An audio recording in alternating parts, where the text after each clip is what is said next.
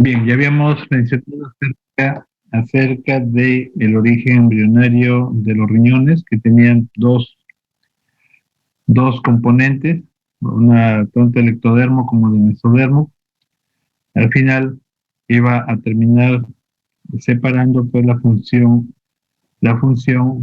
urinaria de la función reproductiva, ¿no? En el caso del varón, ya hemos dicho que se comparte la función urinaria en cuanto a los conductos terminales con la función reproductiva, y esto cambia en la mujer, los cuales son independientes. Bien, cuando nosotros nos referimos a la patología renal, ya habíamos dicho de que lo más grave es la insuficiencia renal aguda, y para lo cual debíamos tener presente el origen de esto, ¿no? Que podría ser de origen prerrenal, renal o posrenal. En el caso prerrenal está en relación con el bajo flujo, por lo tanto una presión inadecuada para que el riñón pueda funcionar adecuadamente. Entonces, al no haber una adecuada perfusión, sencillamente pues el riñón termina deteriorándose. La otra causa es de origen renal, ya sea porque se afecta a los glomérulos o porque se afecta los túbulos o intersticio, de que tengamos patología glomerular y patología túbulo intersticial, producto del daño que hay netamente intrarrenal. Y la otra causa de insuficiencia renal vendría a ser los de origen postrenal, que están en relación con la circulación retrógrada, ¿no?, de la orina debido a un reflujo, o el cual puede ser por una estenosis, de repente por una obstrucción a nivel de los uréteres, o a nivel de una sola en la uretra, ¿no?, que esté originando la orina tanto a la vejiga, y de esta puede hacer las vías urinarias superiores. Entonces, centrándonos en lo que es la patología urinaria en sí, ocuparnos de lo que corresponde al daño glomerular. Entonces, nosotros tenemos diferentes tipos de glomerulopatías, ¿no? Como pueden ver en la imagen, podemos tener una de tipo global, cuando se compromete todo el glomérulo, ¿no? Ya habíamos dicho nosotros que cada glomérulo tiene dos polos: el polo apical, el polo vascular y el polo urinario. Hemos dicho que a partir del polo urinario, va justamente a empezar la, la salida de la orina, ¿no? Y a partir del polo vascular iba a entrar justamente la arteriola aferente en un penacho arteriolar a nivel del glomérulo, pero que tenía la particularidad de formar ciertos conglomerados vasculares, ¿no? Entonces es muy importante para poder entender la patología del glomérulo. Por eso que hablamos nosotros de una glomerulopatía global cuando afecta a todo el glomérulo, es decir, afecta a todos y cada uno de los componentes vasculares en forma focalizada, ¿no es cierto?, en cada una de esas formaciones. La otra vendría a ser una glomerulopatía segmentaria cuando compromete uno de esos penachos, ¿no? Es decir, afecta a un solo segmento glomerular y los demás están normal. La otro tipo de glomerulopatía vendría a ser la difusa. La difusa, en la que vemos que se compromete todo el glomérulo, pero hay varios glomérulos comprometidos en forma pues difusa, como se dice ahí, ¿no? O sea, en forma dispersa, pero puede afectar hasta más del 50% de todos los glomérulos de ambos riñones. Y la otra forma es la focal. La focal, ¿qué quiere decir? Uno o dos glomérulos comprometidos, pero no al resto, ¿no? Entonces, eso va a determinar una serie de patologías que conoce el punto de vista glomerular. Por ejemplo, vamos a tener primero la enfermedad de cambios glomerulares mínimos, que como su mismo nombre lo dice, va a haber cambios mínimos que incluso en la microscopía electrónica no son observables. Es necesario, de repente, el estudio con otros medios.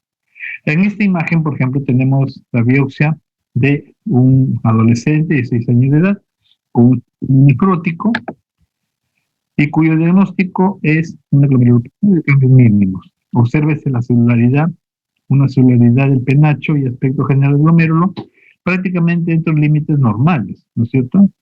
Y es más, incluso algunos de estos casos a la inmunofluorescencia suele ser negativa, es decir, no se encuentran mayores cambios estructurales dentro del comportamiento glomerular. Otro caso de enfermedad glomerular de mínimos vemos aquí. Como pueden ver, los pennachos están conservados y nótense que el grosor de las paredes capilares se mantiene normal, ¿no? Nótense que no se observa ningún tipo de actividad. Y acá, incluso con marcadores especiales, se puede ver la celularidad totalmente conservada. Ahora, respecto a la glomerulonefritis focal y segmentaria, nótese la diferencia entre las imágenes que hemos visto por glomerulopatía de cambio MIP comparado con estos glomérulos que muestran algunas zonas más densas, ¿no? Las zonas densas indican ya el compromiso vascular que se está viendo en forma focal, se refiere a uno u otro penacho, pero a su vez que está comprometiendo una parte del glomérulo. Ahí tienen un mayor aumento, miren toda esta zona, ¿no? Por eso es focal y segmentaria.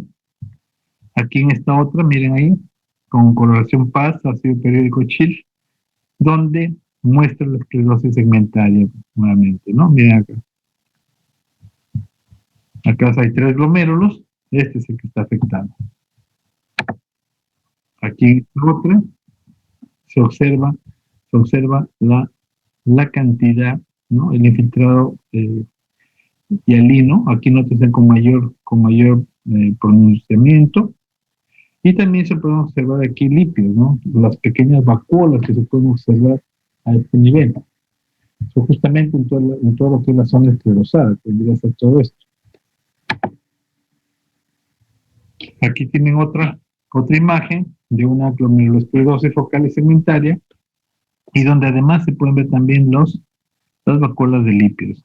Entonces vemos aquí, y miren esta zona que va a atravesar la zona central, ¿no? Entonces vemos acá que prácticamente está un segmento está con esclerosis, ¿no? Ahora, más probabilidades de presentar proteinuria no selectiva, de presentar hematuria, progresión de insuficiencia renal crónica y mala respuesta al tratamiento con corticoides, ¿no? Este es lo que sucede en un cuadro de glomerulosclerosis focal segmentaria. Aquí en esta otra con correlación en condiciones especiales, tenemos acá una esclerosis en la mitad superior, ¿no? Miren ahí. Los segmentos de la mitad inferior presentan mesangio y paredes con luces capilares con arquitectura conservada, ¿no? Entonces, miren acá en esta otra imagen, resaltan los segmentos de pérdida de la estructura. Ahí nótense, las zonas más acentuadas. E incluso pueden notar ahí zonas de hipertrofia e hiperplasia, ¿no? Hiperplasia celular. Acá en esta otra, nótense ahí que está comprometido varias zonas, ¿no? Esto se denomina una glomerulopatía colapsante. Ahí vemos la retracción que ocurre del ovillo glomerular, ¿no? Hasta que se retrae ahí. Vemos un estrechamiento de las luces capilares. Entonces los capilares, cómo están, que se estrechan. Vemos además proliferación y tumefacción de células epiteliales, ¿no? Epiteliales vasculares. Vemos además de las vísceras también, el espacio visceral, miren acá, miren toda esta zona. También incrementa ahí en la celularidad. Y vemos ahí la acumulación prominente de gotículas intracelulares de proteínas, ¿no? En que también se puede observar en los espacios viscerales. Entonces aquí la zona que está prácticamente adherida, acá mantiene una zona libre. Este tipo de afección también pueden verse en pacientes de repente con VIH positivo, ¿no? Aquí en esta imagen se puede ver la inmunofluorescencia, muestran depósitos ¿no? Nuestros depósitos igualmente focales, segmentados de inmunoglobulina M y complemento 3. Estos depósitos probablemente no son patogénicos, sino más bien atrapamientos de lesiones esclerosantes o hialinas. No se puede ver acá. En el caso de la glomerulonefritis membranosa, miren ya, aquí es más notorio, ¿no? Es más llamativo, ¿no? Los engrosamientos de las paredes de las arteriolas, ¿no? Pareciera que fueran una especie de anillos ahí. Miren, comparando acá con esta otra, igualmente, son las asas capilares, se ven engrosadas, miren ahí, ¿no? Engrosadas, prominentes, pero la celularidad no aumenta, ¿no? Lo que llama la atención es el engrosamiento nada más de la pared arteriolar. Esta es la causa más común de síndrome nefrótico en adultos. En la mayoría de los casos no se sabe cuál es su causa y en algunos casos puede estar relacionada a enfermedades infecciosas crónicas, como el caso de hepatitis B o de repente la presencia de algún cáncer, o en el caso de las mujeres por lupus eritematoso sistémico. Aquí igualmente, miren, la esclerosis que se observa. Acá mayor aumento, miren, el engrosamiento total de las paredes de las arteriolas. Entonces ahí tenemos en esta otra imagen las alteraciones que se evidencian principalmente en las paredes capilares. Aparecen engrosadas con un aspecto rígido, ¿no? Miren acá. En algunos casos encontramos grados variables de hipercelularidad mesangial. Aquí, por ejemplo, miren, se ve mayor número de células. Y en otros casos puede deberse a posibilidad de una causa secundaria, ¿no? Entonces, aquí noten también el engrosamiento, miren ahí, que tienen ambos lados. Acá en esta otra imagen resalta el engrosamiento de las paredes capilares, que se van a ver rígidas. También hay un cemento con proliferación endocapilar. Acá miren ahí, esta zona. Entonces, frente a estas manifestaciones, debemos pensar que estamos frente a una glomerulosclerosis segmentaria, ¿no? Igualmente, miren esta imagen, que es mucho más notoria, aquí con coloración de plata. Ahí igualmente, miren el engrosamiento de las paredes. Acá en inmunofluorescencia también se puede identificar. Acá, miren más evidente, el hallazgo característico justamente que permite el diagnóstico, ¿no? Son las proyecciones perpendiculares, miren ahí, miren, que parecen ahí pelitos parados en la parte de una basal glomerular. Entonces esto se puede observar coloraciones de plata y en estadios más iniciales en los que no se han formado aún los spikes, ¿no? Esto es lo que después se denominan spikes. Puede ser imposible el diagnóstico sin inmunofluorescencia o microscopía electrónica. Esta, la microscopía óptica, es muy difícil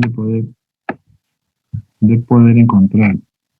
Acá en esta otra vemos una mancha plateada del glomérulo, resaltan las membranas basales, miren ahí el engrosamiento.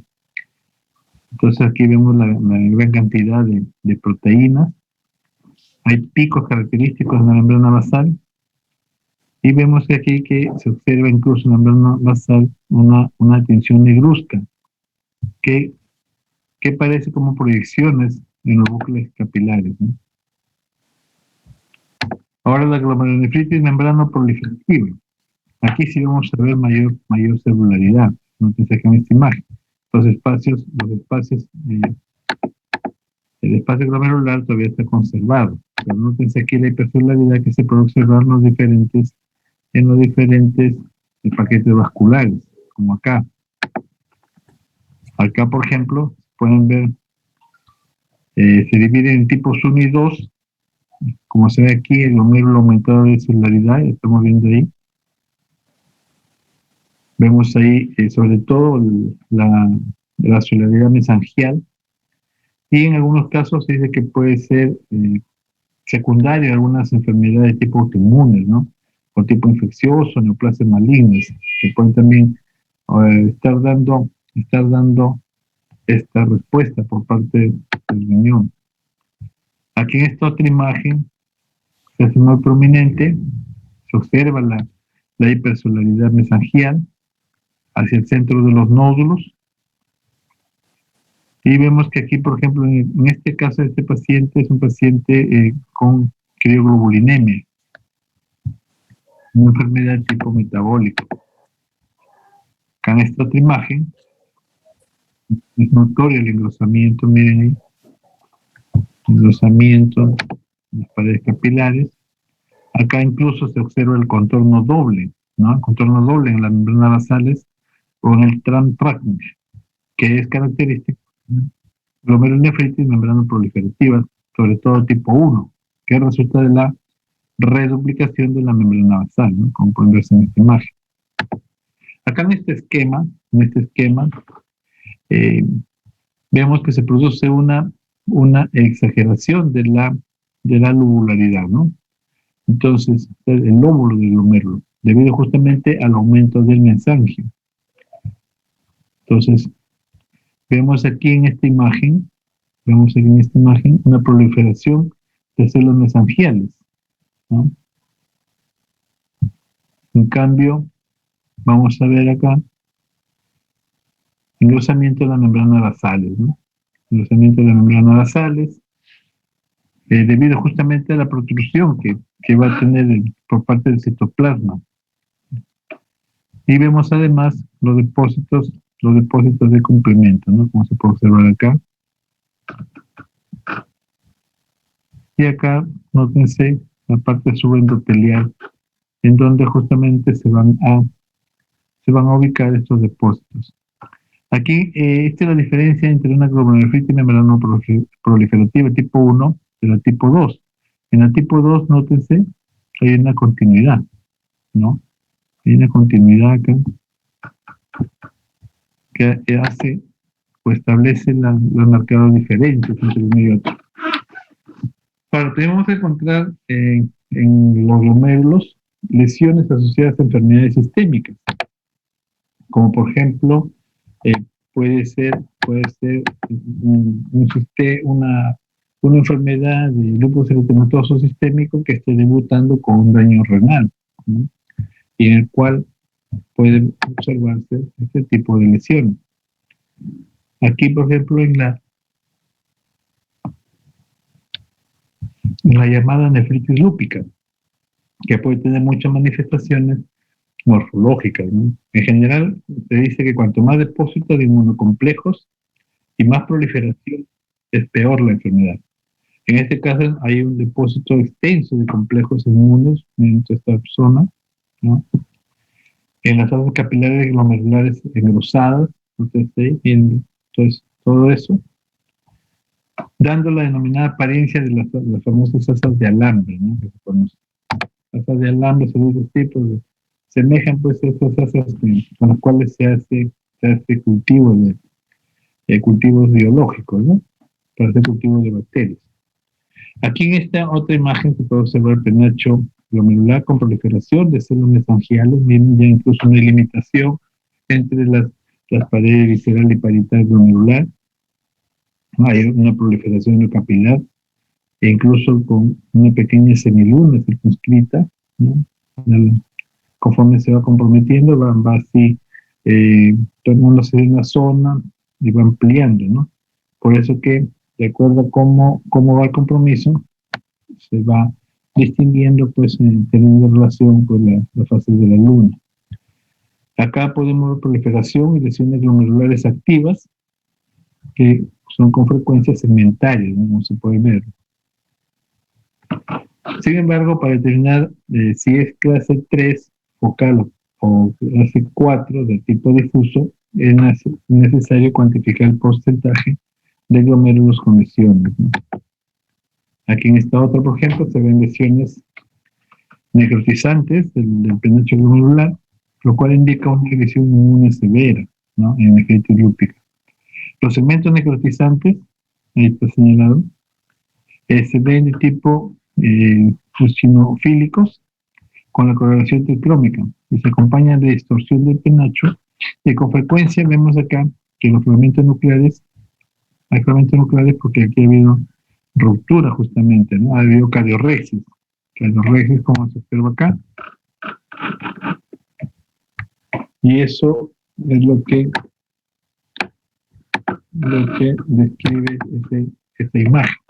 Aquí en esta otra imagen, por ejemplo, podemos distinguir los cuerpos hematoxilínicos. Y se ve claramente, ¿no? Ahí tienen, que son la representación histológica de las células de lupus eritematoso. Son lesiones poco frecuentes que se pueden encontrar en el 2% de las biopsias con nefritis lúpica y son considerados como lesiones patognomónicas, incluso para algunos autores, lesiones patognomónicas de lupus, ¿no?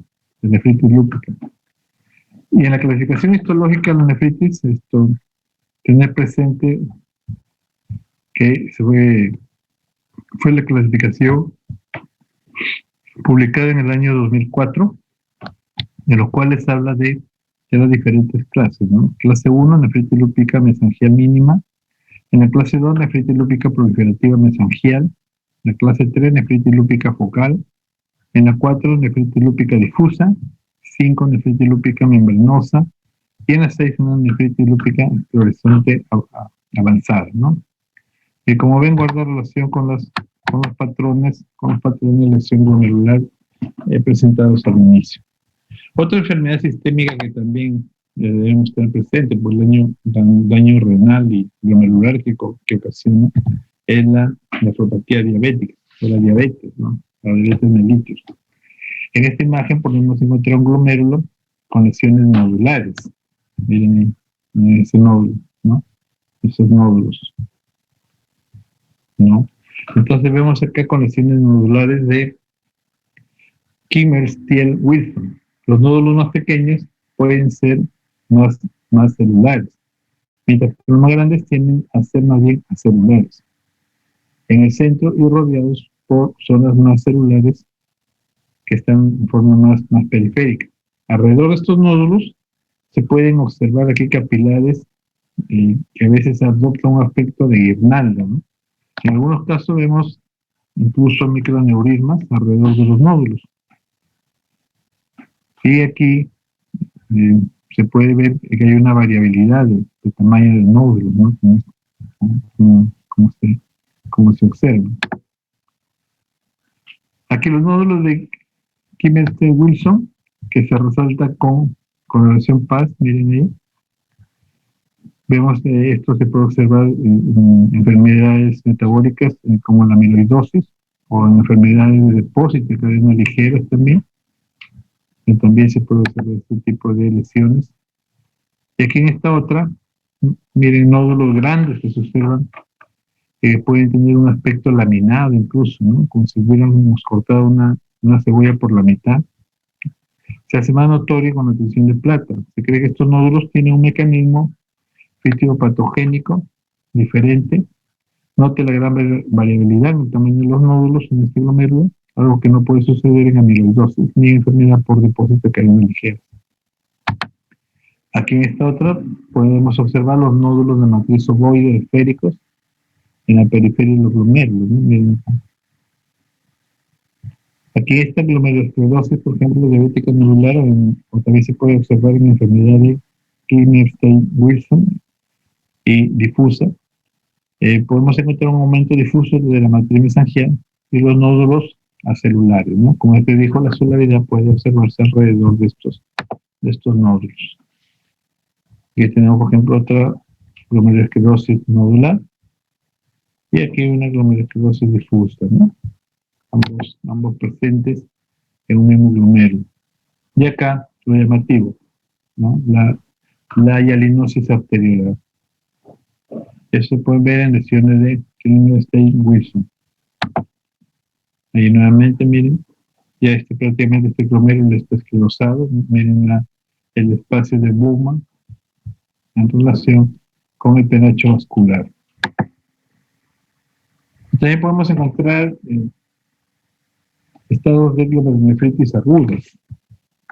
Glomerulonefritis proliferativa aguda, por ejemplo, por enfermedades infecciosas de origen estreptocócico, ¿no? Entonces, siempre se asocia a una infección previa por estreptococos. Y vemos acá que ese riñón puede mostrarse con una hipercelularidad glomerular y vemos los bucles capilares mal definidos. Miren aquí la hipercelularidad. Entonces, esto es lo que se denomina una glomerulonefritis proliferativa postinfecciosa, ¿no? Donde para confirmar, pues habría que haber hecho el aislamiento del estreptococo betamolítico del grupo A, faríngeo, semanas antes, ¿no? Aquí en esta otra se puede observar igualmente mayor aumento de la hipercelularidad en un caso de una glomerulonefritis postinfecciosa, en el cual podemos ver acá un aumento en el número de células epiteliales, endoteliales y mesangiales, ¿no? Y observamos el conglomerado de proliferación celular. Asimismo, tenemos células de reacción inflamatoria como neutrófilos alrededor de las fosas capilares glomerulares. Y esta enfermedad puede aparecer varias semanas después de la infección por ciertas cepas de estreptococo beta hemolítico grupo A, ¿no? Acá en esta otra, miren ahí la solaridad y el compromiso que hay de diferentes partes del glomérulo. O acá, miren, semejante solaridad, tanto de los tres componentes, ¿no? Ahora vemos glomerulonefritis rápidamente progresiva, con semilunes. En este caso, encontramos tres tipos. 1, 2 y 3, en el caso 1 son idiopáticos o síndrome de Ghost-Pasteur. En el tipo 2, originado por inmunocomplejos, pueden ser de origen idiopático, postinfeccioso, o puede ser por lupus eritematoso o púrpura de Schollen.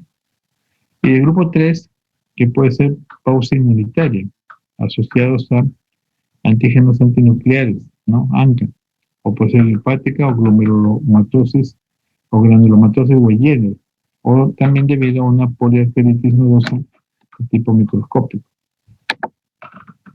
Aquí nuevamente miren ahí las famosas semilunas, ¿no? O acá miren, las semilunas.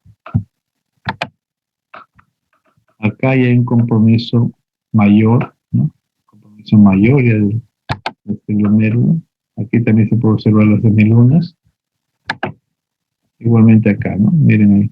Estos son semilunas compuestas, como se puede ver, en que se observa células epiteliales en proliferación, ¿no? Acá en esta otra, ahí con semilunas epiteliales, aplastando los mechones glomerulares por todos lados, ¿no? Miren ahí. Puede ser esto de origen desconocido, idiopático, o puede verse también el lupus, o puede ser una glomerulosclerosis postinfecciosa, o puede verse afecciones tipo vasculitis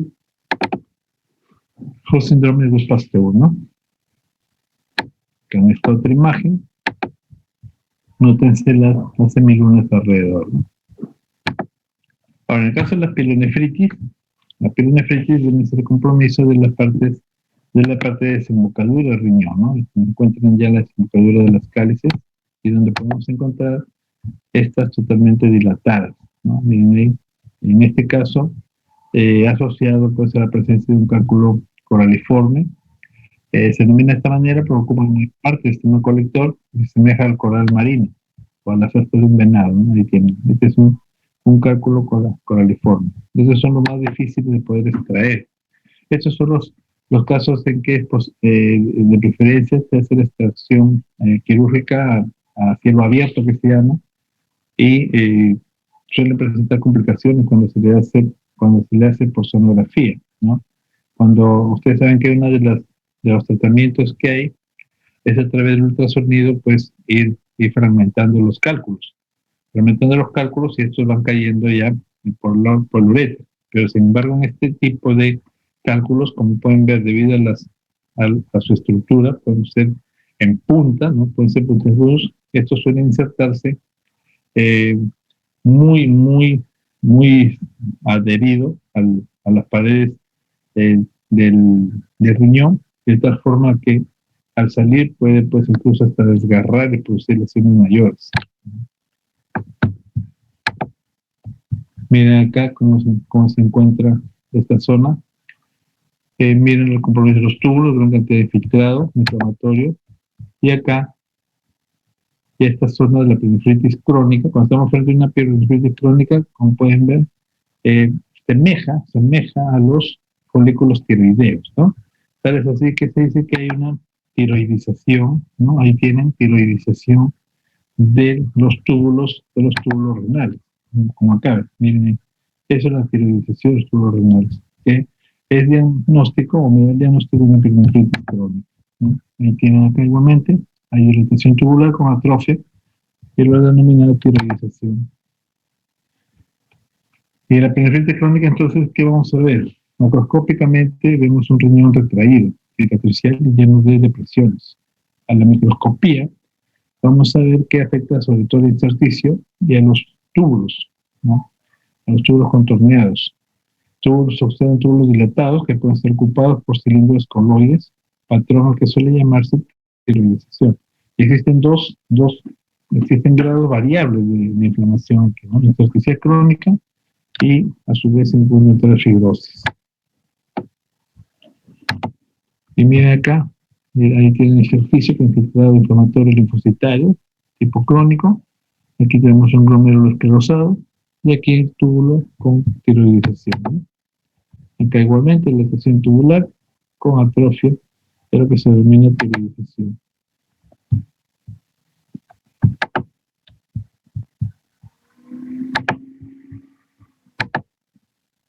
Bien, ahora seguimos con la segunda parte. La segunda parte de la patología renal va a comprometer ya otras estructuras aparte del glomérulo. Ahí tenemos, por ejemplo, enfermedades vasculares del riñón, las denominadas arterio-nefroesclerosis. ¿Y qué es lo que va a ocurrir acá? Hay un engrosamiento y esclerosis de las paredes arteriales, así también como como los cambios renales asociados a hipertensión benigna, ¿no? Vemos acá alteraciones morfológicas características que son la arteriolosclerosis hialina. Esto suele suponer otras nefropatías primarias, ¿no? Se desconoce si la hipertensión provoca la arterionefroesclerosis o lesión microvascular renal sutil primaria provocada por la hipertensión. Y esto puede más bien acelerar la esclerosis. Todas las personas con este tipo de lesión suelen mostrar algunos deterioros funcionales marcados, ¿no? Como pérdida en la capacidad de concentración de la orina o una filtración glomerular bien disminuida.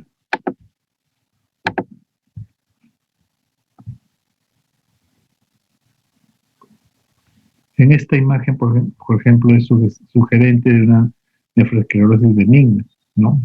Entonces vemos aquí macroscópicamente los riñones están simétricamente atróficos, de modo que cada uno va a pesar entre 110 a 130 gramos, ¿no? Ya sabemos que peso promedio es 150. Aquí viene esta nefroesclerosis, vemos que las arterias prácticamente están ocluyendo su luz. Entonces vemos acá que hay un engrosamiento hialino en las paredes de las arterias y arteriolas. Hay reduplicación de la lámina elástica interna con engrosamiento fibroso de la media, lo cual nos lleva a la formación de una hiperplasia fibroelástica, ¿no? Y también está comprometiendo ahí la subíntima arterial. Va a haber estrechamiento de la luz, como se puede ver en las imágenes, a una marcada disminución de flujo sanguíneo. Entonces, al estrecharse, obviamente, no va a haber un adecuado flujo sanguíneo. ¿Sí? Entonces, hacia la parte distal se va a producir isquemia, ¿no? Toda la estructura del riñón muestran atrofia isquémica. Ahora, en la hipertensión maligna, por ejemplo, podemos ver daño renal en donde podemos encontrar que el riñón ya sea de tamaño normal o en un estadio más comprometido, vemos aquí una retracción del riñón. Puede aparecer hemorragias petequiales punteadas. Hay daños en vasos pequeños, lo cual originan necrosis fibrinoide de las arteriolas. En las arteriolas interlobulares y grandes arteriolas, la proliferación de las células de la íntima va a producir arterioesclerosis hiperplástica.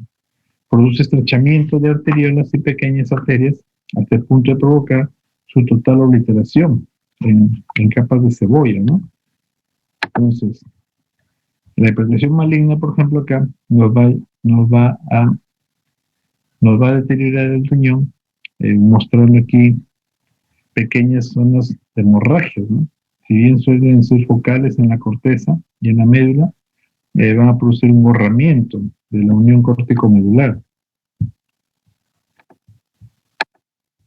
Asimismo aquí vemos que una hipertensión maligna es fibrinoide, como puede verse acá, ¿no? De la arteriola aferente, ¿no? Luego acá una arteriosclerosis hiperplástica, ¿no? En ambos lo que va a haber es disminución de la luz justamente por engrosamiento de las paredes vasculares. También encontramos situaciones de microangiopatías trombóticas, ¿no? Microangiopatías trombóticas, el término alude a lesiones presentes en distintos síndromes clínicos, caracterizados morfológicamente por una trombosis diseminada de la microcirculación. Encontramos anemias hemolíticas microangiopáticas, como trombocitopenia o síndrome urémico hemolítico infantil. Hay distintas formas de síndrome urémico infantil o síndrome hemolítico urémico del adulto. Puede encontrarse en púrpura trombótica trombocitopénica, en PTT, o en hipertensión maligna o esclerodermia. En el síndrome urémico hemolítico infantil y del adulto, se caracteriza porque el 75% va a estar asociado a infecciones por Escherichia coli, ¿no? Hay células endoteliales que tienen un receptor para esta toxina chiga de la Escherichia coli, lo cual hace que produzca una proliferación de leucocitos. Va a haber también endotelinas y pérdida de óxido nítrico, y en presencia de citocinas causan una lesión endotelial, y eso va a llevar a una vasoconstricción, es decir, al cierre de las arteriolas. A su vez, puede producir trombosis en los vasos capilares glomerulares. En el caso de la púrpura trombocitopénica trombótica, hay presencia más bien de autoanticuerpos contra el factor de von Willebrand, y este factor se degrada y produce la activación plaquetaria, lo que a su vez va a originar pequeños trombos. Entonces aquí en esta imagen, por ejemplo, se observa un pequeño trombo plaquetario, ¿no? Miren ahí, plaquetario con fibrina, de un capilar glomerular, eso acá, ¿no? Todo esto. Bueno, este paciente además tenía pues de fondo una púrpura trombocitopénica trombótica, ¿no? Y esta coagulopatía probablemente es rara, principalmente en riñones y en corazón. Acá en esta otra imagen vemos también, similar a la púrpura trombocitopénica trombótica, ese síndrome urémico hemolítico. Las dos condiciones pueden ser difíciles de diferenciar, mientras que el síndrome urémico hemolítico suele ser una causa principal de insuficiencia renal aguda, más bien por sí sola, ¿no? En la nefropatía crónica tenemos aquí la consecuencia de cicatrización progresiva asociada a lesión renal. Los glomérulos, túbulos, intersticio y los vasos aparecen esclerosados, independientemente del origen primario de la lesión. Produce la muerte por uremia, la muerte del paciente por uremia, salvo que se trate, es decir, o se le haga diálisis o se le trasplante un riñón. Clásicamente los riñones muestran una contracción simétrica y las superficies son de color pardo rojizo y difusamente granulares. Al microscopio vamos a ver cicatrización evolucionada de los glomérulos, en ocasiones hasta su esclerosis completa, ¿no? Puede observarse también marcada fibrosis intersticial asociada a atrofia y a pérdida de muchos túbulos también en la corteza. Aquí puede observarse en esta imagen, ¿no? La sustitución completa de casi todos los glomérulos por colágeno, ¿no? En la uropatía obstructiva vamos a encontrar presencia de obstáculo mecánico o funcional al flujo de la orina en alguna parte del sistema urinario, ¿no? Del área cribosa papilar riñón hasta el exterior. Podemos tener también una nefropatía obstructiva, consecuencia de la obstrucción sobre el parénquima renal. O una hidronefrosis, que es una dilatación de la pelvis y cálices renales como consecuencia de la obstrucción también, ¿no?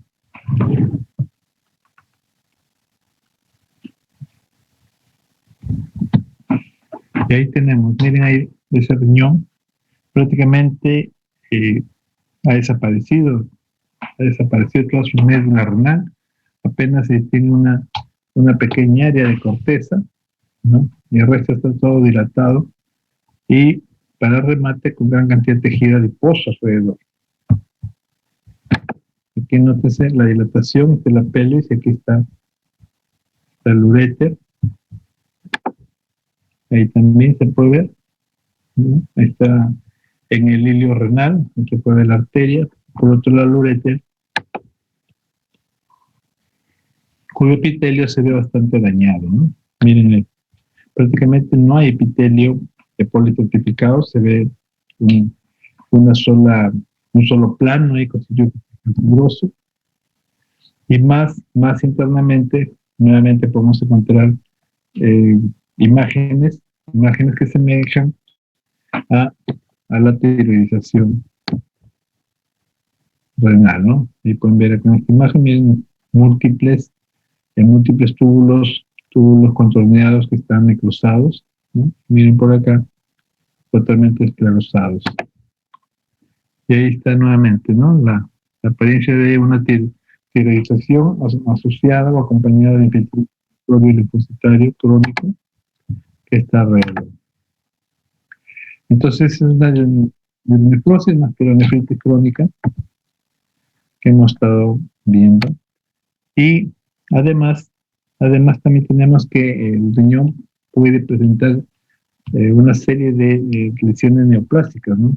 Y tenemos ahí tumores benignos y tumores malignos. Dentro de los benignos tenemos enfermedades quísticas del riñón.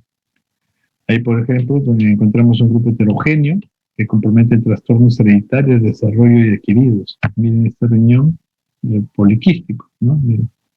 Como grupo son importantes por varias razones, que son razonablemente frecuentes y a menudo causan problemas diagnósticos a los clínicos, radiólogos y anatomopatólogos. Algunas formas, como la enfermedad poliquística del adulto, son causas importantes de insuficiencia renal crónica, ¿no? Ocasionalmente puede confundirse con tumores malignos. Y en ocasiones puede encontrarse esto, compartir tanto el riñón como el hígado de formaciones quísticas. Y estamos frente a un síndrome de poliquistosis hepatorenal. Sin embargo, puede verse otras situaciones en que solamente se comprometen los riñones. Y ahí podemos encontrar quistes simples renales, ¿no? Generalmente estos son inocuos, aparecen como espacios quísticos múltiples o únicos que varían de diámetro, ¿no? Como está visto en la imagen anterior. Habitualmente suelen ser de 1 a 5 centímetros, son translúcidos, revestidos por una membrana gris que suele ser brillante y lisa, y están llenos de contenido líquido claro. A microscopio, sin embargo, se puede reconocer membranas compuestas de una capa de epitelio que puede ser cúbico o plano. En muchos casos suele ser completamente atrófico. Suelen localizarse en la corteza y rara vez llegan a 10 centímetros de diámetro. Los quistes adquiridos, Nadine, asociados a diálisis, aparecen en riñones de pacientes con nefropatía terminal sometidos a diálisis prolongadas.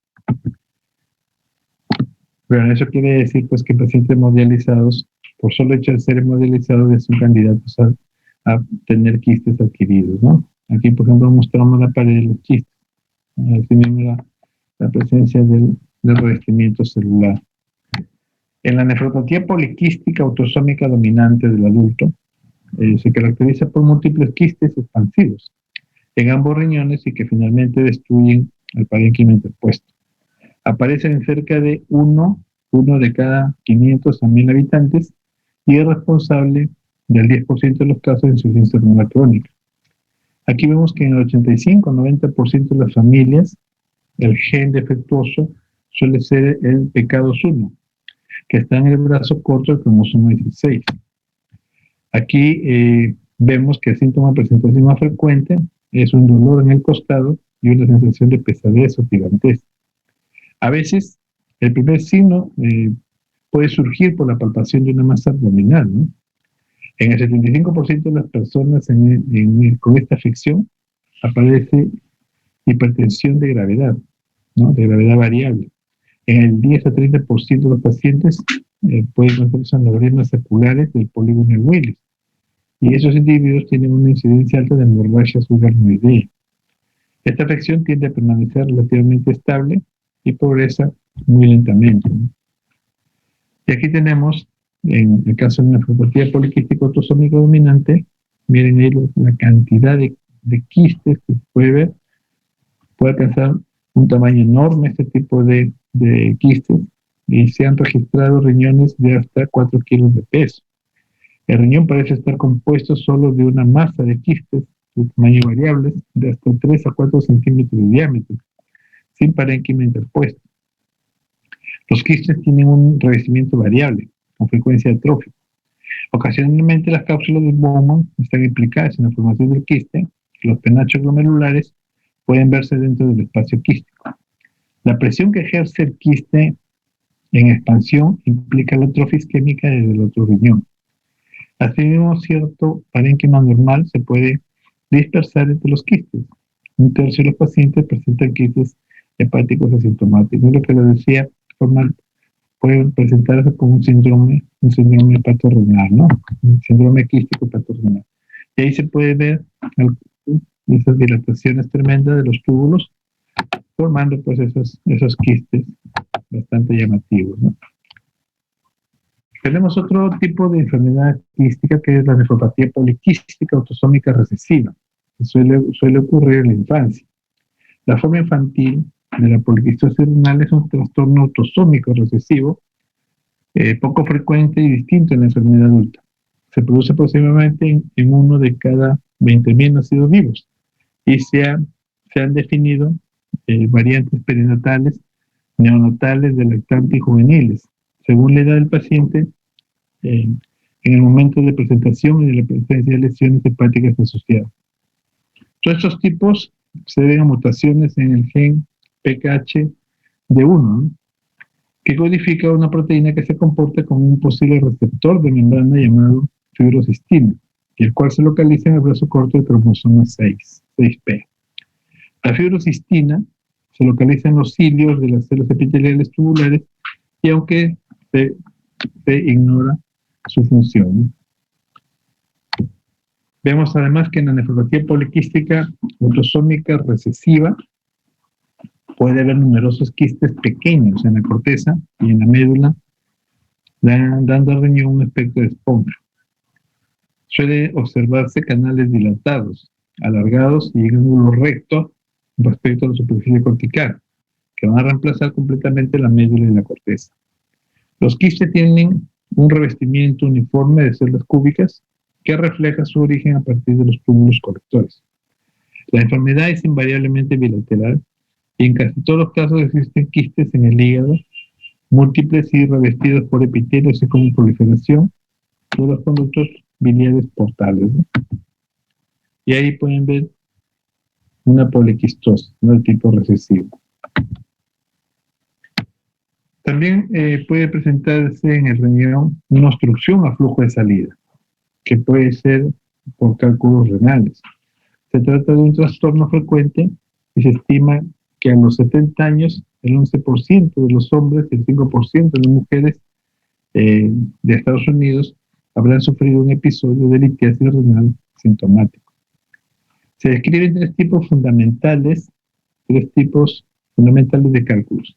80% son oxalatos cálcicos, o una mezcla de oxalato y fosfato cálcicos, 10% fosfato amónico, magnésico, y el 6 a 9% de ácido úrico o cistina.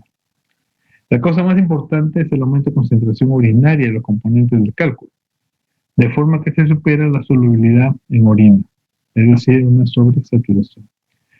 Los cálculos son unilaterales en aproximadamente el 80% de los pacientes. Las localizaciones habituales de formación son las pelvis y los cálices renales, así como la vejiga también. Con frecuencia se encuentran muchos cálculos en un riñón y tienden a ser pequeños, de diámetro medio de 2 a 3 milímetros y pueden ser lisos o dentados. Ahí miren esos cálculos. Esos serán pues en este riñón ya que está ya totalmente abierto, ¿no? La prevalencia de varios tipos de cálculos renales. Ahí tienen de oxalato cálcico hasta un 80% con sus diferentes variables. De estrubita, 10%. De ácido úrico, 6 a 7%. Y cistina, de 1 a 2%. La hidronefrosis. La hidronefrosis es la dilatación de la pelvis y las cálices renales con atrofia acompañante del parénquima, producida por la obstrucción al flujo de la salida de la orina, ¿no? Estas hidronefrosis pueden ser tipo congénito o adquirido. En el caso congénito, vamos a ver que puede deber a una atresia de la uretra, ¿no? Entonces, podemos encontrar además formaciones de válvulas en el uréter o en la uretra. O podemos encontrar compresión del uréter por una arteria renal aberrante, o puede haber una tosis renal, contorsión y retorcimiento del uréter, lo cual no permite pues, un flujo adecuado de la orina. De tipo adquirido, tendremos ahí cuerpos extraños, por ejemplo, cálculos, papilas necróticas desprendidas, ¿no? Lesiones proliferativas, hiperplasia prostática benigna, puede ser carcinoma de próstata o tumor de la vejiga, linfomas retroperitoneales. Puede verse inflamaciones, tanto de la próstata, uretra o fibrosis retroperitoneal. Puede ser de tipo neurogénico, con daño de la médula espinal, con parálisis de la vejiga, o en el caso de un embarazo normal incluso. Entonces la hidronefrosis puede darse con una obstrucción completa, ¿no? La filtración glomerular persiste durante algún tiempo y el filtrado subsiguiente difunde hacia atrás al intersticio renal y a los espacios perirenales, de donde finalmente vuelven al sistema linfático y venoso. Dada la filtración continuada, los cálices de la pelvis afectadas se van a dilatar. Va a haber una presión inusualmente alta generada así en la pelvis renal, así como transmitida hacia atrás a los conductos colectores. Vamos a ver aquí que produce compresión justamente de la vasculatura renal, ¿no? Como resultado va a haber la aparición de una insuficiencia arterial y estasis venosa. De ahí que los estudios experimentales indiquen que el daño irreversible serio ocurre en torno a las 3 semanas con obstrucción completa y en 3 meses en caso de obstrucción incompleta. La obstrucción también desencadena una reacción inflamatoria intersticial que da lugar a una fibrosis intersticial. Y aquí, en la hidronefrosis, vamos a ver que se ve la obstrucción total, una obstrucción subtotal o intermitente.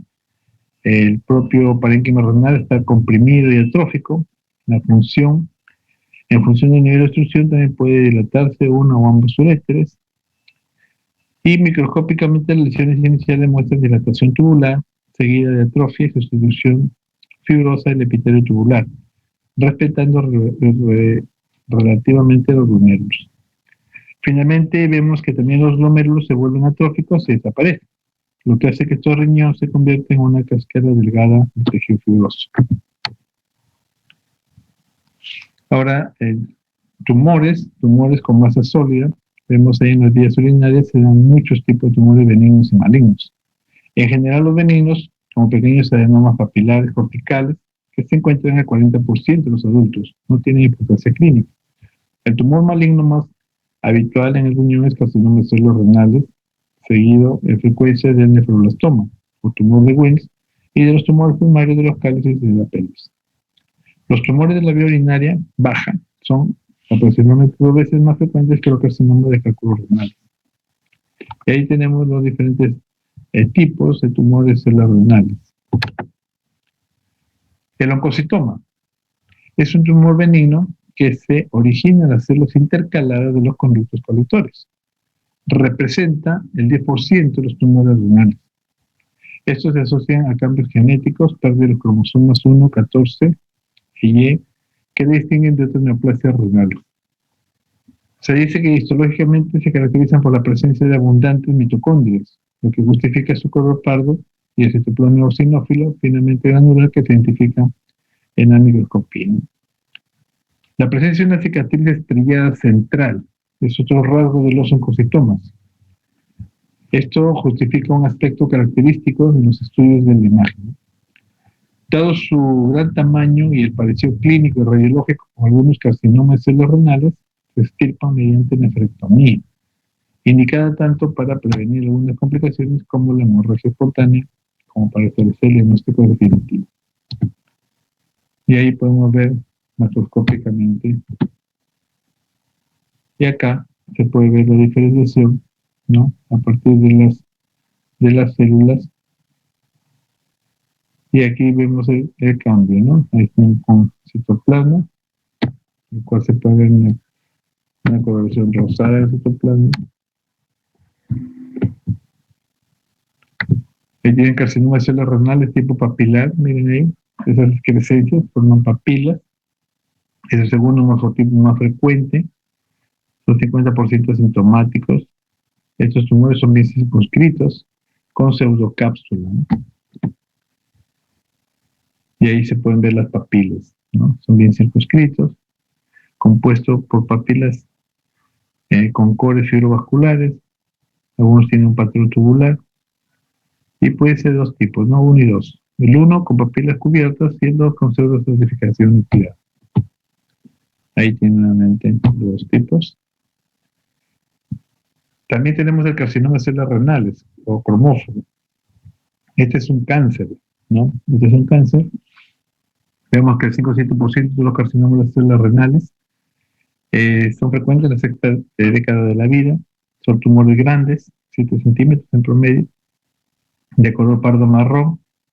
Y estos se dice que son de buen pronóstico, ¿no? Sobrevida a los 5 años de más del 75%.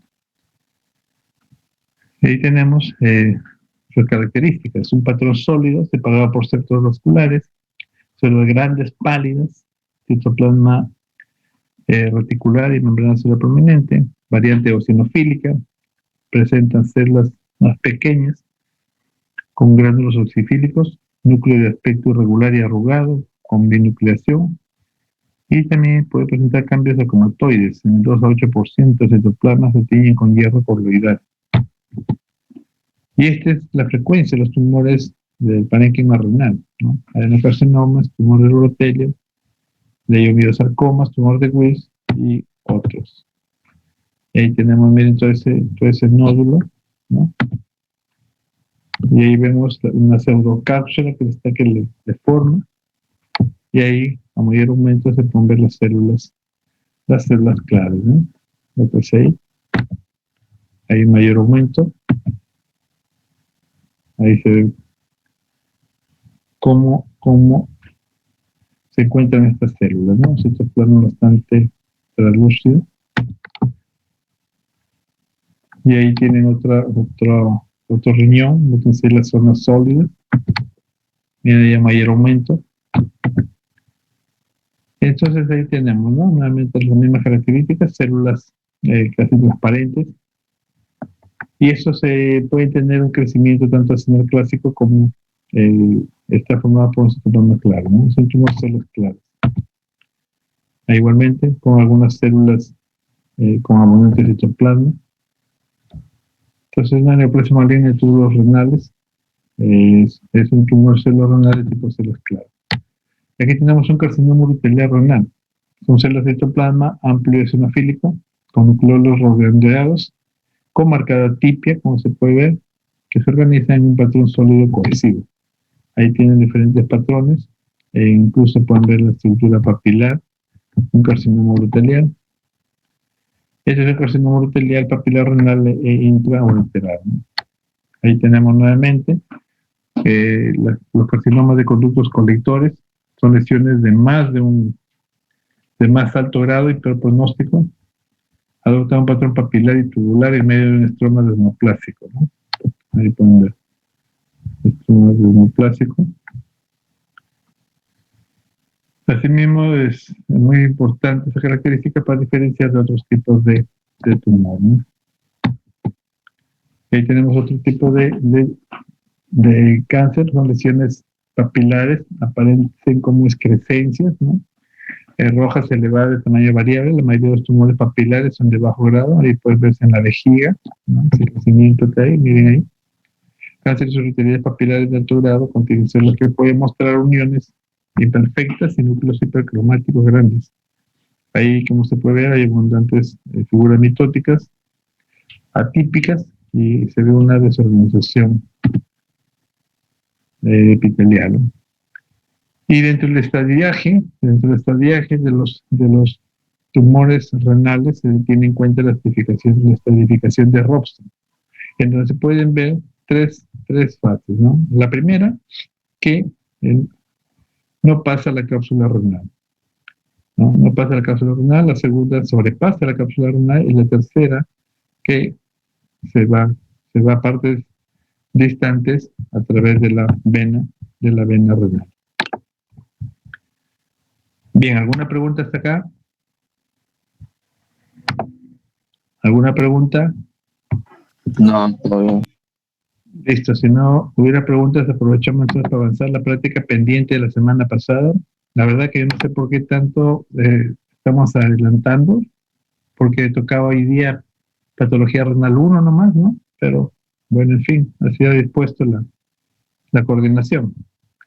Esta es la práctica pendiente del Viernes Santo, ¿ya? Ya para terminar acá con esto. Entonces, la patología pulmonar 2,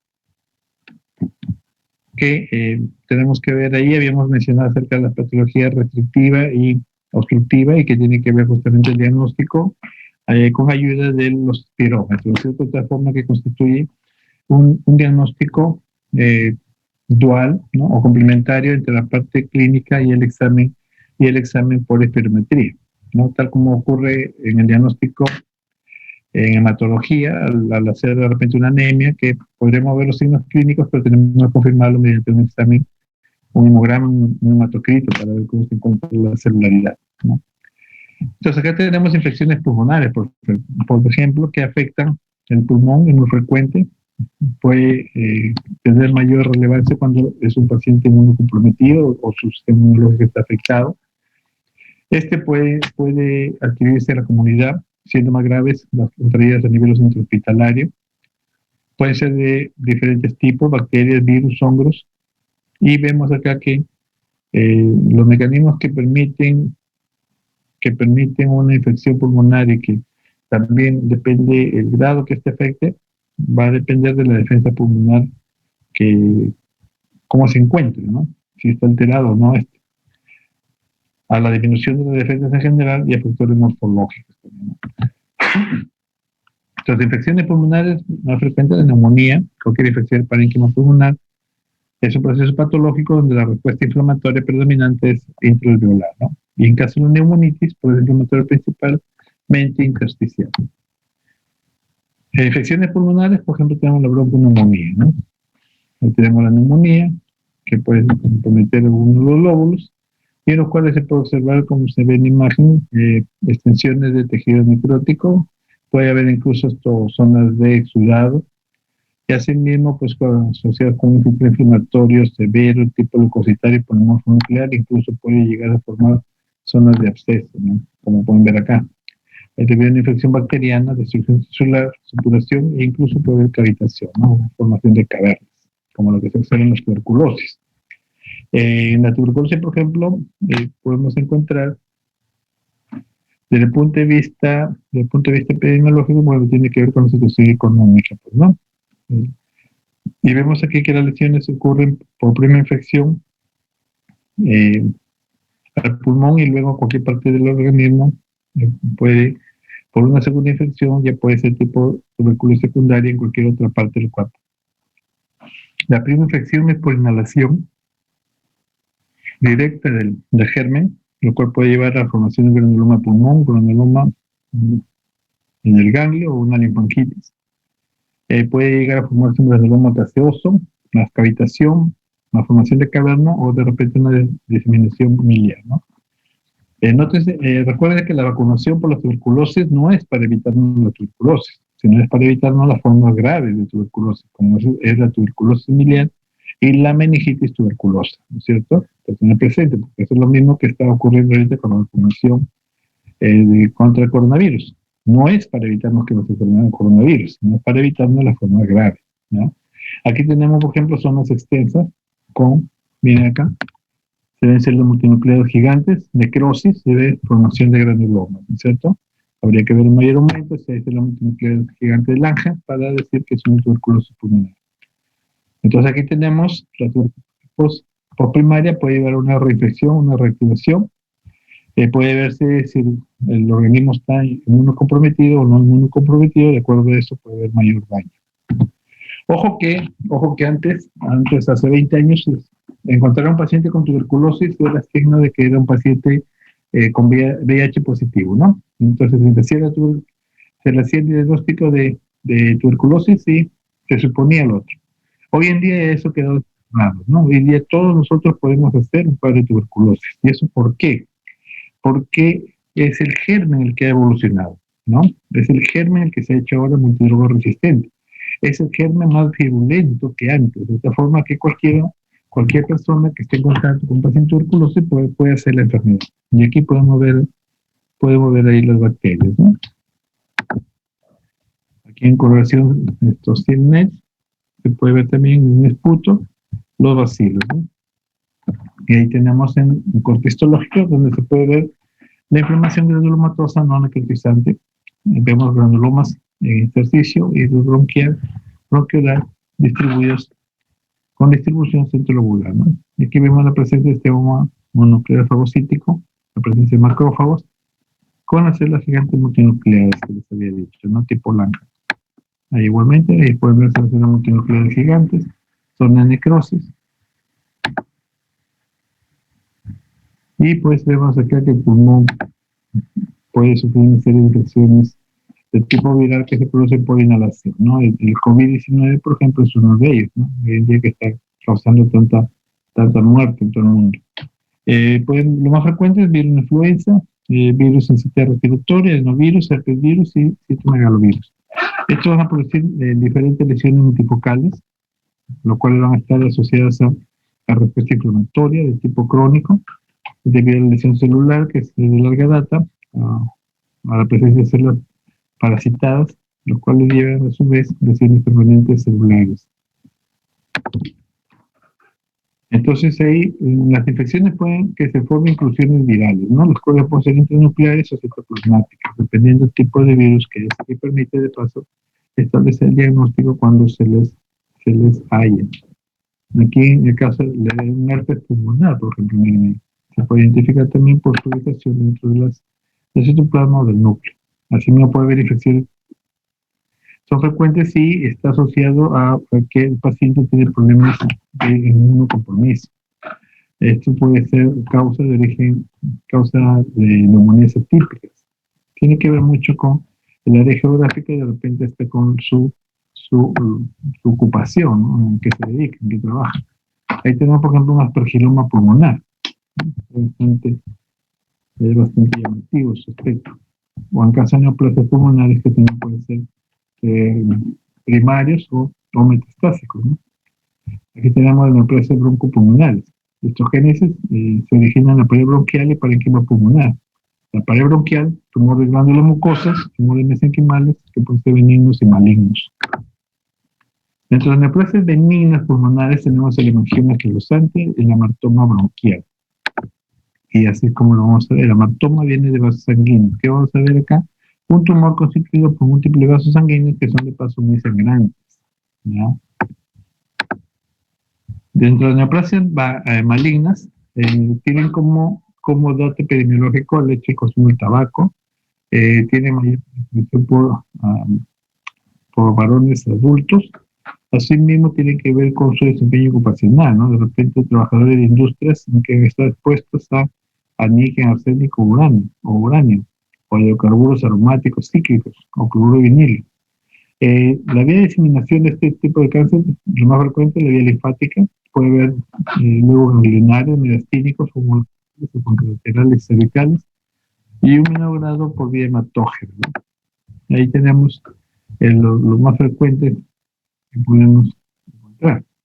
El carcinoma escamoso, 25-40%, que comparte la incidencia con el adenocarcinoma pulmonar, de 25-40% también. Mientras que el carcinoma de células pequeñas puede ser de 20-25% y el carcinoma de células grandes de 10-15% es el que se observa con menor frecuencia. Y en una neoplasia pulmonar también tenemos que los tumores pueden ser tipo periférico o central, ¿no? Si son centrales, puede llevar una estenosis bronquial y puede haber una infiltración del hilio, lo cual dificulta el tratamiento quirúrgico, porque de ahí se disemina. Y si son periféricos, son alejados del hilio, más bien asociados a una zona pleural distal y no suelen producir obstrucción, ¿no? Son el mejor pronóstico. Dentro de las neoplasias malignas se puede clasificar bajo el patrocinio de la Organización Mundial de la Salud, morfológicas y por su diferenciación. Desde el punto de vista morfológico, una disposición arquitectural, de acuerdo a su formación y estructuras y de acuerdo al tamaño celular. Mientras que por su diferenciación pueden ser bien diferenciados, medianamente diferenciados y poco diferenciados. La distribución ocurre en el adenocarcinoma, más frecuente en mujeres, el 47%, mientras que el carcinoma de células escamosas es más frecuente en varones, 32%. Asimismo, el carcinoma de células pequeñas es más frecuente en mujeres, 18%, mientras que el carcinoma de células grandes es más frecuente en varones, que representa también 18%. Entonces, dentro de la clasificación de neoplasias malignas pulmonares tenemos el carcinoma de células escamosas, el carcinoma de células pequeñas, que pueden ser una combinación de células pequeñas y carcinoma. Tenemos el adenocarcinoma, y como ven, toda una lista de neoplasias malignas pulmonares. La idea es que no tampoco que sepan todas, ¿no? Sino por lo menos tengan un marco referencial de las dos más frecuentes, que tendría que ser el carcinoma y tendría que ser el adenocarcinoma. De todas estas subvariedades, en realidad son más de importancia histopatológica. Desde el punto de vista clínico, todas van a presentar la misma sintomatología. Entonces, es necesario más bien establecer el diagnóstico histopatológico y a partir de ahí puede haber la posibilidad de repente de no solamente quimioterapia, sino también un procedimiento quirúrgico previo, ¿no? Entonces, el carcinoma escamoso alcanza hasta el 50%, ¿no?, de las neoplasias pulmonares. Es un tumor central, compromete bronquios y lóbulos, se origina en el epitelio de revestimiento, puede ser blanquecino con necrosis central de cavitación, células con atipia neoplasia maligna, se observan perlas de queratina con puentes intercelulares, ¿no? Pues aquí tenemos las perlas córneas que le llamamos, ¿no? Y la diseminación es por vía linfática al hilio y de ahí a mediastino. Y aquí tenemos los diferentes cánceres de pulmón, ¿no? Fíjense ahí las características celulares. Este es un carcinoma. El carcinoma viene del epitelio de revestimiento. Un adenocarcinoma viene de las glándulas presentes en la trama pulmonar. Aquí tenemos, por ejemplo, un carcinoma escamoso. La mayoría de estas neoplasias nacen en los bronquios, ¿no? El hueso cerca del hilio, como una masa que protruye la luz e infiltra, ¿no? Ahí tenemos formación de globos córneos, ¿no?, que se ven como si fueran una cebolla cortada por la mitad, en la que se puede observar láminas concéntricas. Tenemos el otro tipo, que es el carcinoma bronquioalveolar, bronquiolo-alveolar. Se caracteriza por la presencia de inflamación y fibrosis intersticial, alternando áreas relativamente preservadas con focos en distintos estadios evolutivos, ¿no? Y así es como se ven, ¿no? Es un carcinoma bronquiolo-alveolar.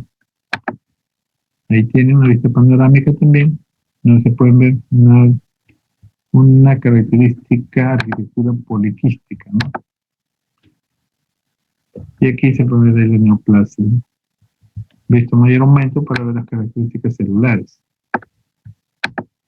Ahí noten que carcinoma de células pequeñas. Miren cómo se encuentra comprometido toda la trama bronquial, ¿no? Y acá podemos ver un tumor demoplásico de células pequeñas, de células uniformes con núcleos pequeños hipercromáticos y con abundante mitosis. Mientras que por acá vemos una población monomórfica de células pequeñas, redondas, poco cohesivas. El adenocarcinoma pulmonar alcanza el 22% de neoplasias pulmonares es un tumor periférico, más bien de las ramificaciones bronquiales. Origen en células broncoalveolares y crecen en cicatrices bronquiales, ¿no? Aquí vemos que las células con diferenciación estructural, esta diferenciación estructural puede ser glándulas, túbulos, papilas, secreción mucopolisacaria, diseminación linfática, alilia y el mediastino también, ¿no? Ahí comparten igual. Y así como se ve, miren en las paredes y miren ahí al corte histológico, ¿no?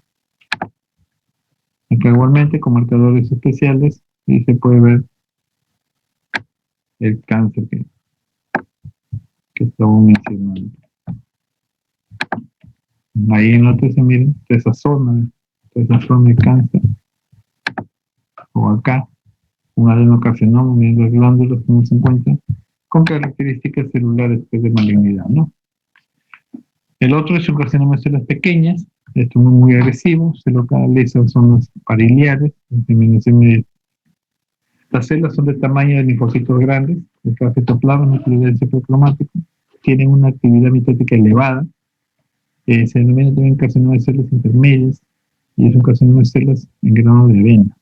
Derivan de las células neuroendocrinas difusas, y estas presentan una mortalidad elevada durante el primer año, ¿no? Ahí tenemos carcinoma de células pequeñas, miren ahí las características celulares de esta neoplasia. Y acá carcinoma de células grandes, que más bien suele denominarse tumor indiferenciado, es un tumor periférico de ramificaciones bronquiales, células grandes, sin un grado de diferenciación de células claras, células de plasma pálido, de células gigantes, células grandes, irregulares, y expresa marcadores como gonadotrofina coriónica, lactógeno placentario, ¿no? Dice que son de más pronóstico y pobre respuesta al tratamiento. Ahí tenemos carcinoma de células grandes. Tumor carcinoide, que es un tumor de bajo grado de malignidad, bien delimitado, 2 a 5 centímetros, tiene un crecimiento endobronquial subepitelial, asimismo colonización capilar abundante, crecimiento trabecular o insular. Dicen que tiene una supervivencia de 10 a 70 años, ¿no? De 10 años al 70%, sobrevivencia de 10 años, 70%. Y también se puede encontrar aquí asociado a un síndrome carcinoide. Ahí tienen tumor. Y otro grupo son de neoplasias secundarias, más que secundarias, metástasis pulmonares, ¿no? Se dice que es el primer filtro, el retorno venoso, por lo tanto presenta una rica red linfática, pleura de espacios peribronquiales y perivasculares, infiltrada por todo tipo de neoplasias. Ahí tenemos, según el patrón morfológico, puede haber metástasis única, periférica o metástasis múltiples, ¿no? O también podemos encontrar metástasis masivas. Y ahí tienen ese pulmón. Y tengan presente que es el tabaco, justamente con las diversas sustancias tóxicas que posee, el que se le considera, pues, el causante del cáncer. De ahí que se le denomina, o se le conocen en algunos medios como la necropsia de un asesino. Es el examen que se le hace a todos los componentes del tabaco, ¿no? Que se habla de miles de ellos. Para terminar, vamos a ver lo que son las pleuras, ¿no? Ya saben que las pleuras son 2 capas que están envolviendo en la cavidad torácica. Tenemos ahí, también puede sufrir procesos patológicos primarios y secundarios. Ahí tienen asociados a daño pulmonar.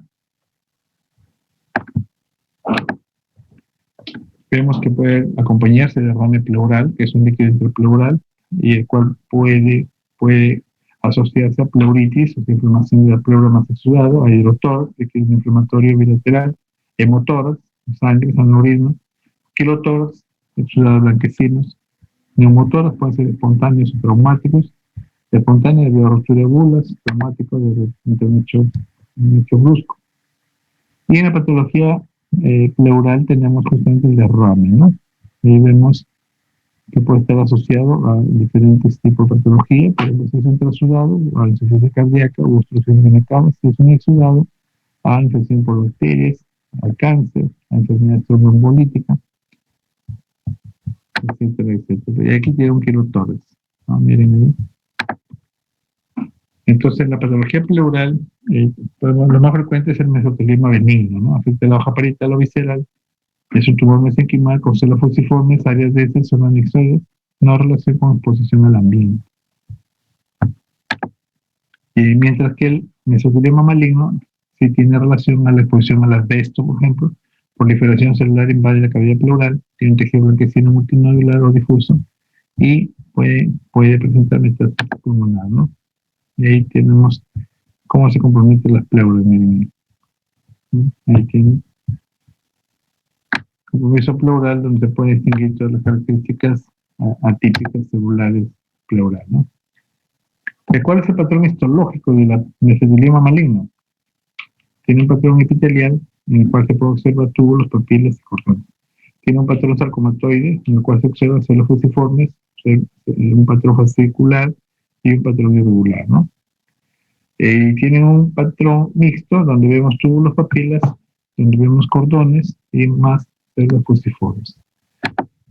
Listo. ¿Alguna pregunta? Hoy sí ya nos pusimos al día con todo. Bien, ¿alguna pregunta?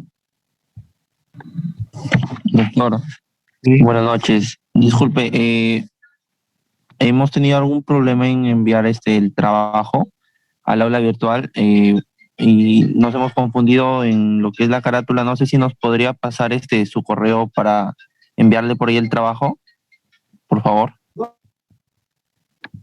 ¿Ya no lo pueden abrir ya en el campus?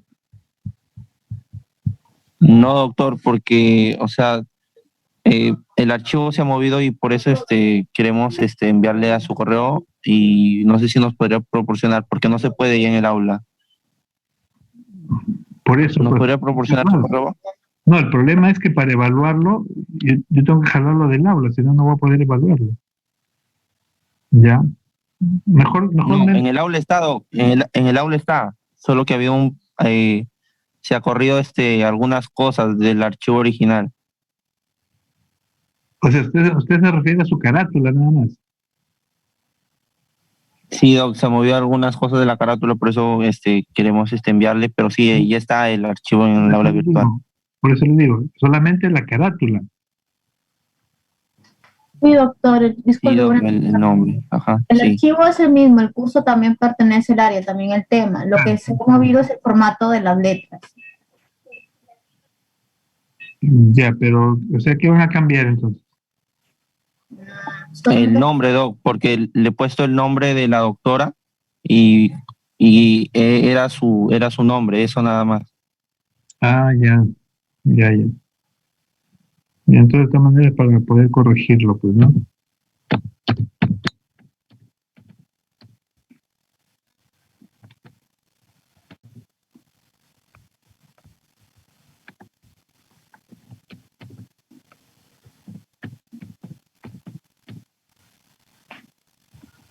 Listo, ahí le envío el correo. Ya, ahí pueden enviarme la corrección. Gracias, doctor. Listo. Bien, entonces buenas noches, permiso, para seguir cuidándose.